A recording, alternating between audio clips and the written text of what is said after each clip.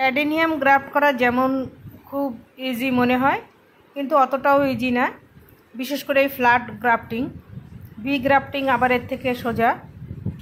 তো এই যে ফ্ল্যাট গ্রাফটিং, ভালো করে একটা গাছ, আমি এটা একটা ডাল বাঁচিয়েছিলাম, সেই ডালের সঙ্গেই করছি। তো এটা সুন্দর করে ব্লেড দিয়ে, ধারালো ব্লেড দিয়ে সুন্দর করে কেটে নিতে হবে। একটু সাবধানে, হাতে লাগলে কেটে যেতে পারে।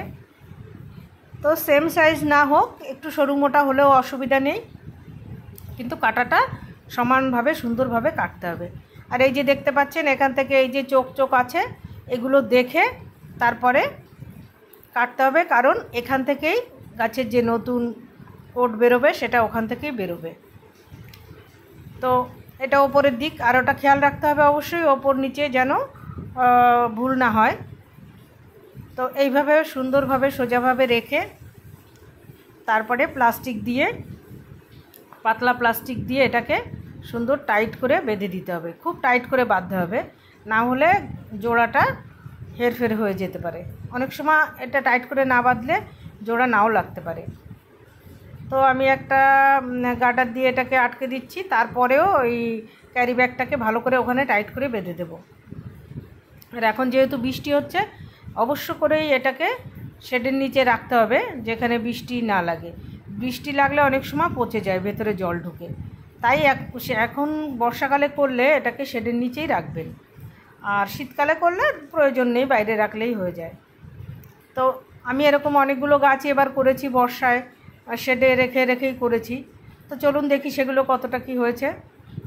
এই যে দেখুন, এটা এই যে প্লাস্টিকটা ফেটে গাছের কোট বেরিয়েছে।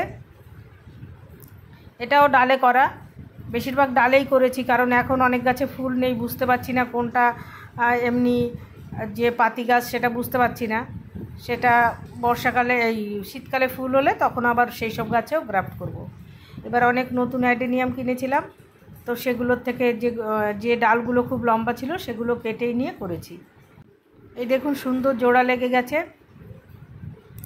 আর একটাই পোট বেরিয়েছে, আর বেরোবে কিনা জানি না, কিন্তু পোটটা বেশ বড় সুন্দর হয়ে বেরিয়েছে। এটা একটা করেছি ডালে, আর একটা করেছি গাছে, সেটাও বেঁচেছে।